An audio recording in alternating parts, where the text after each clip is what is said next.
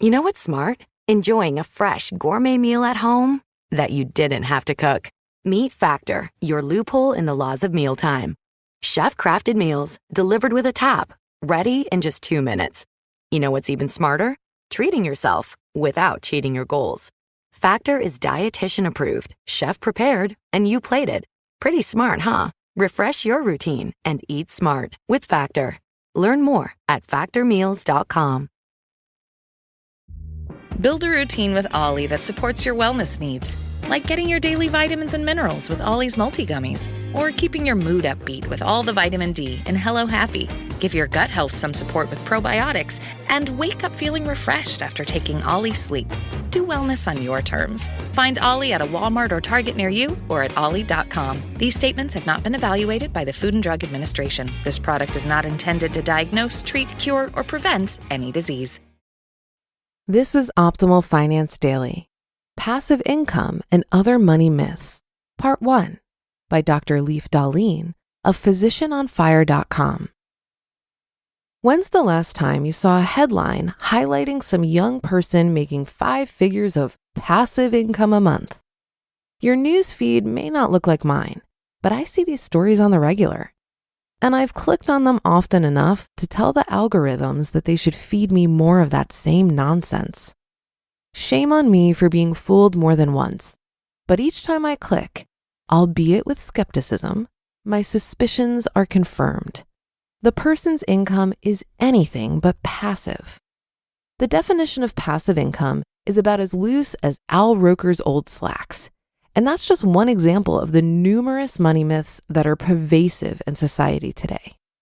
I also plan to dig on dividend investing, question budgeting and side hustling, attack travel hacking, and more while channeling my inner Andy Rooney. About passive income.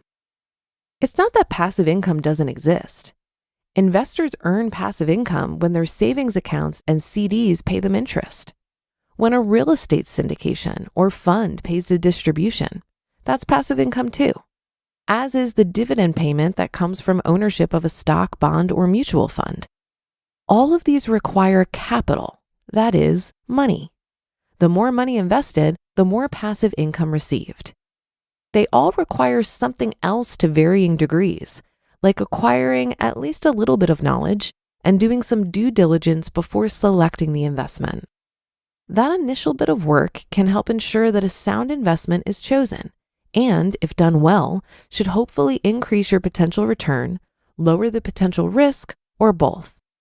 Investment income of this kind, while it does require a small amount of knowledge or research initially, is about as passive as it gets.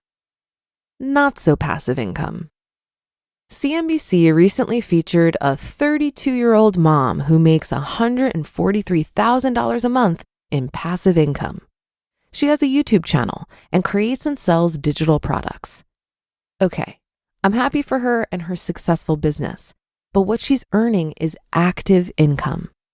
There's also the 33-year-old mom who makes $40,000 a month in passive income and lives on a sailboat. Now, the headline says she works just 2 hours a day, but she's also written that she's worked 60-hour weeks and burned out while building up her blog and online business.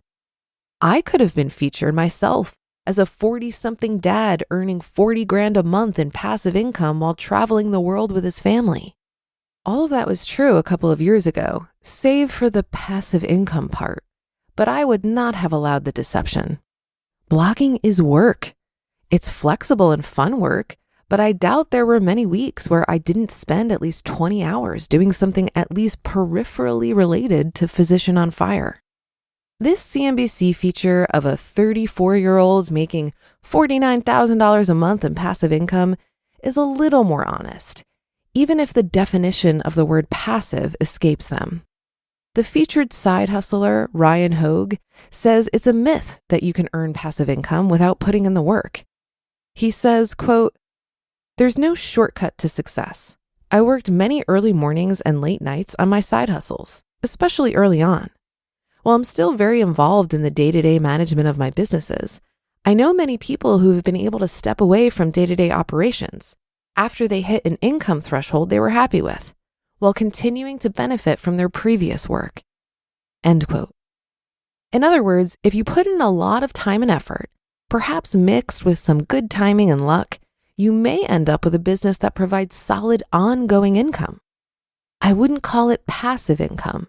Residual income is probably a better term, and that's only after you remove yourself from running the business, which is not where the author of this particular passive income piece is at.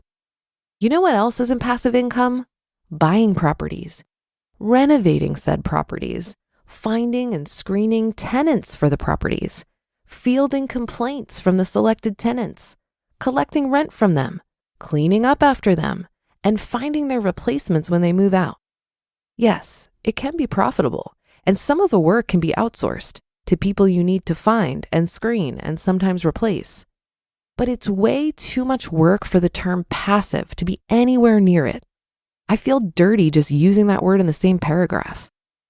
Number 1, dividends increase your wealth. Educated investors understand this to be a false statement, but the myth persists. And the proliferation of dividend-focused financial influencers on social media is confounding. When a dividend is paid out, the net asset value of the stock or fund decreases by the amount of the dividend. It's a zero-sum event. Now, that fact can be difficult to see due to daily and minute-to-minute fluctuations of stock prices, which can be influenced by the news of a dividend being more or less than anticipated, often accompanied by additional news about the company and its finances being made public. In a tax-advantaged account, receiving a dividend has no consequences, and it's essentially a neutral event. Your account balance doesn't change, and you can reinvest the dividend. You could see it as a net positive if you need to do some rebalancing, and you seize the opportunity to take the dividend from one asset class to purchase shares in another.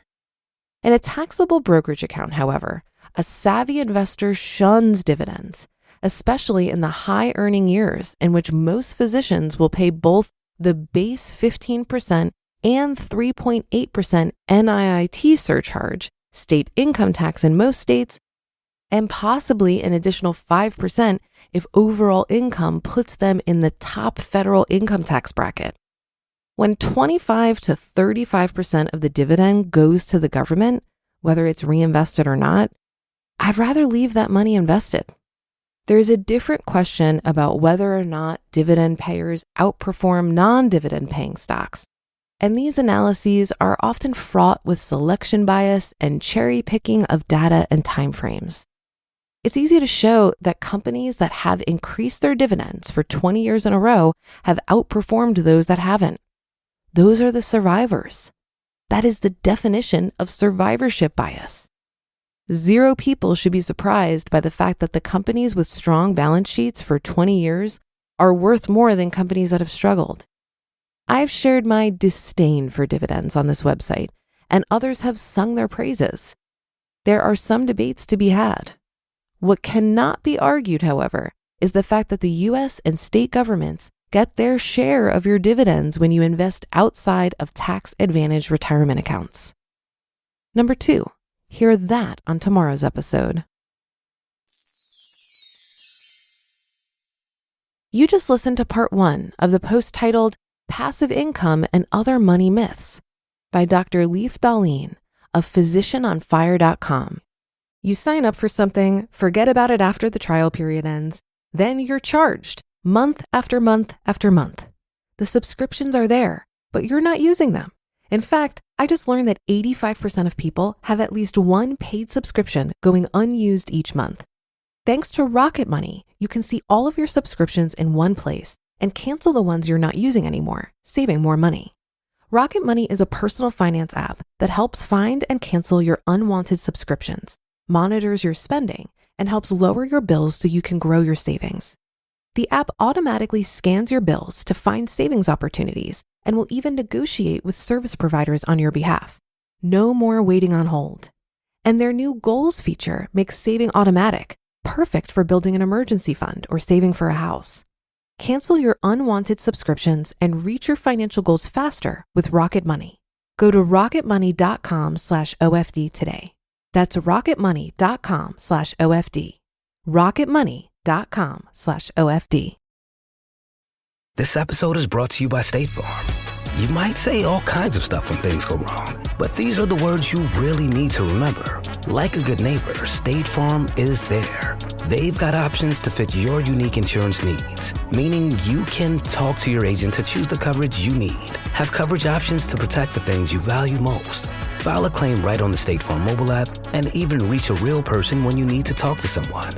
Like a good neighbor, State Farm is there. I've noticed that the term passive income bugs a lot of people because unless you're passively investing in the stock market, there is some effort to set up a passive income stream. So a more accurate phrase might be front-loaded effort income. This is where you invest a lot of time and energy in the beginning to set it up, but over time you're able to exert less effort for more income. Some examples of front-loaded effort income streams include rental real estate, course creation, affiliate marketing through a website, and writing a book. For me personally, I started a business called the Economy Conference. While economy will never be passive, it has gotten easier over time. Now that it's well known and has a good reputation, I spend far less time, energy, and money on sales and marketing. In fact, for our next event, I didn't need to do any marketing. While I am savoring the fact that it sold out so easily this year, it wasn't an overnight success. It took years of on and off grinding to spread the word and build the reputation.